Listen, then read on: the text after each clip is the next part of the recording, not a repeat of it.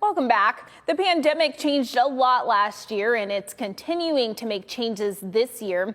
One of those changes the Jehovah's Witnesses have made this year is to hold their yearly global convention virtual for the second year. Here with us this morning is Robert J. Hendricks III to explain what people can expect from this convention. Good morning, Robert. Thanks for joining us. Thank you for having us. We really appreciate it. So every year, this is a huge convention that comes to Toledo. This year, the decision was made to be virtual again. Talk to us about making that call for the second year in a row. Well, we had to be proactive. Since March 20th of last year, 2020, all 13,000 congregations in the United States have been shut down. We haven't held a public meeting at a Kingdom Hall in some 13 months. And so last year, we canceled the convention. We created a virtual convention that went online in 500 languages. And to be proactive, we did that earlier this year, recognizing that when we made the decision, we were in a major wave of the coronavirus. And it didn't seem like it was a safe decision to begin our conventions in May of 2021. Even though we hoped that things would get better. Now, since the convention was virtual last year, does that make putting it together this year a little bit easier since you're doing it virtually again?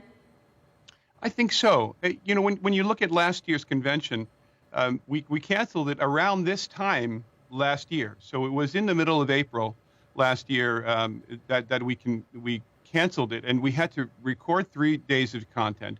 We had to transcribe those 3 days of content, actually translate them, at first in more than 400 languages, ultimately in 500 languages, get it onto a virtual platform, and really change the paradigm of our brothers and sisters and our attendees around the world. We have some 15 million who attend this convention in 240 lands. So it was a major undertaking in just a few weeks. By July of 2020, we had the virtual convention up for all of us to see unified. And that was really kind of like a modern day miracle. But in planning, now we're able to really look at how we can incorporate the reality of COVID-19 and its restrictions and its isolation into the program. And while much of the content has been produced over time, when we made the decision later in 2020, it was certainly a lot easier than to be able to put something together that will be powerful, that will serve the needs of the world. And our theme this year is powerful by faith. And really, it's perfect at this time when so many have lost faith in their institutions, in even their churches, and we're hoping to make a big impact on the world. There's another big thing that has also changed with your guys' religion and how it works is you guys haven't been able to go door to door in the last year. Talk to us about that and how it's affected what you guys do. Jehovah's Witnesses, like everybody else, our families have been affected, right?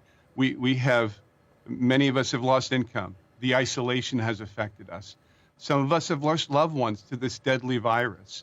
Some have been sick. We've dealt with the same issues, but what's most profoundly probably affected all Jehovah's Witnesses is the fact that our public meetings have been held online virtually, and our public ministry was suspended. So that means we weren't going out to the community. Our carts, which were typically in Toledo and in bus stations and airports, going from door to door, visiting our neighbors and giving them free home Bible study. All of that stopped March 20th of 2020. And so that was a major shift for us, every single Jehovah's Witness, because what we do, we witness, we testify. That's in our name, it's in our DNA.